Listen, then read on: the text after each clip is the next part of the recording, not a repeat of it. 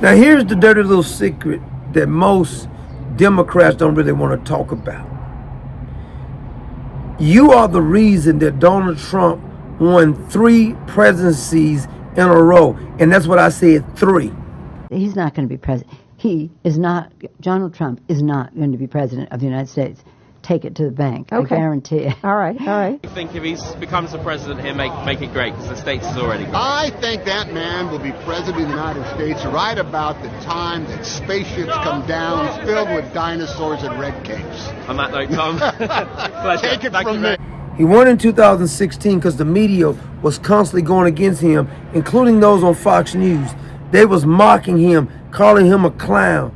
See, he didn't worry about what everybody else was saying. He was strategizing. But is the end of our democracy. Votes were definitely affected. Russia hacked the election to tilt it to Mr. Trump. The Russians definitively hacked the election. Russia did hack the election. No doubt. The Russians hacked the election. Yes, Russia hacked the election. Fact, Russia hacked the election. President-elect Donald Trump still not sounding convinced that Russia hacked the election. The president does not want to come to terms with the fact that the Russians hacked the election.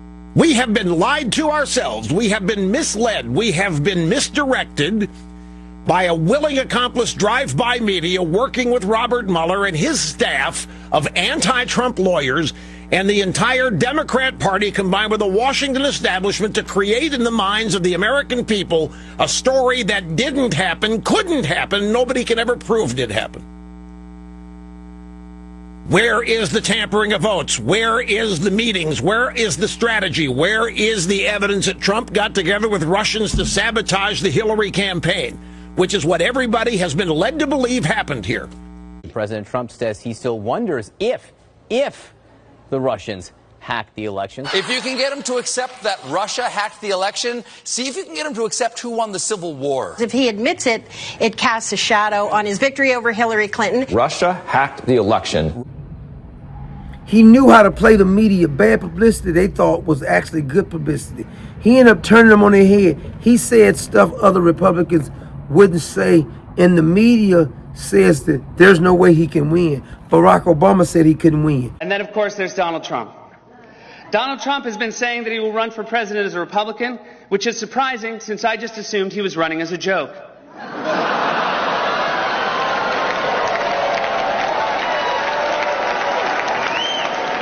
Donald Trump, just last week, he confirmed to the National Review that he is again considering a run in 2016. Do it. Do it. Look at me.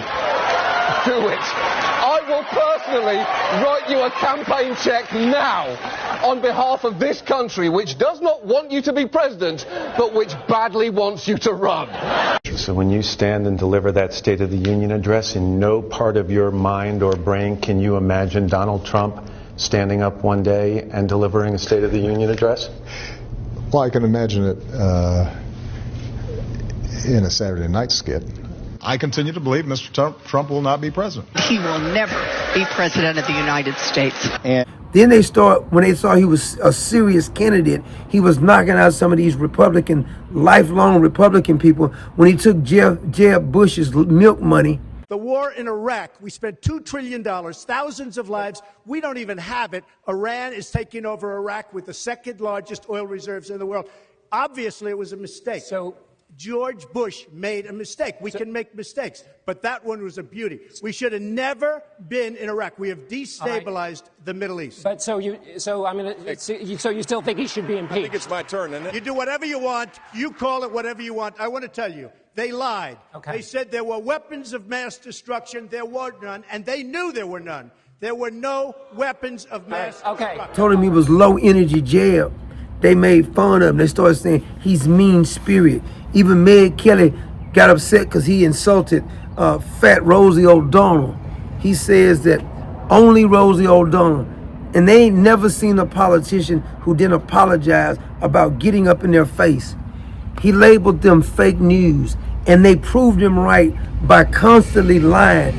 Everything that they said against him, and they call it a conspiracy, we were right about it. This is a man that's on his game. On his game, top of his game. He's at the top of his game. Top of his game.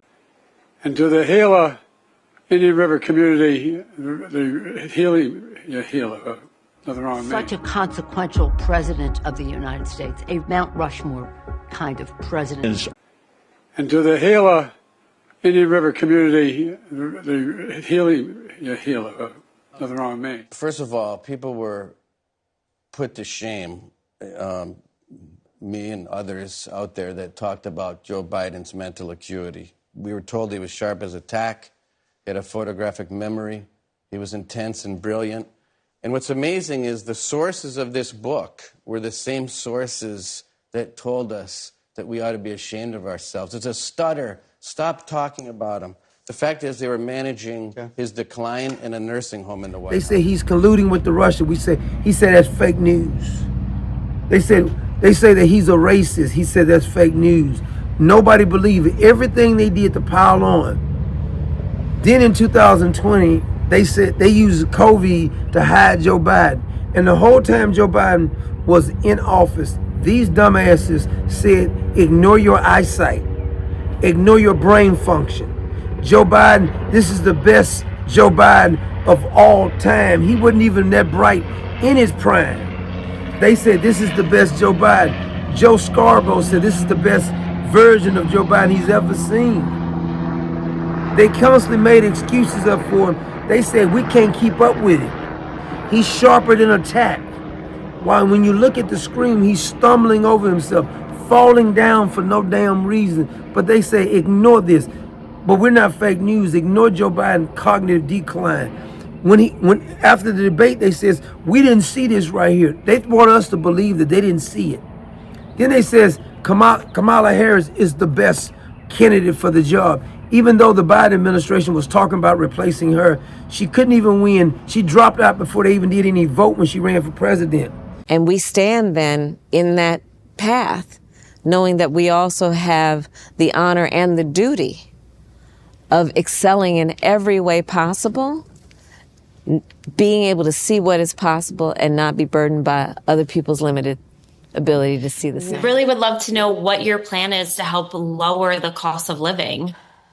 Yeah, first of all, thank you both for being here. And yours is a story I hear around the country as I travel. And in terms of both rightly having the right to have aspirations and dreams and ambitions for your family and working hard and finding that the American dream is, for this generation and so many recently, far more elusive than it's been. And we need to deal with that.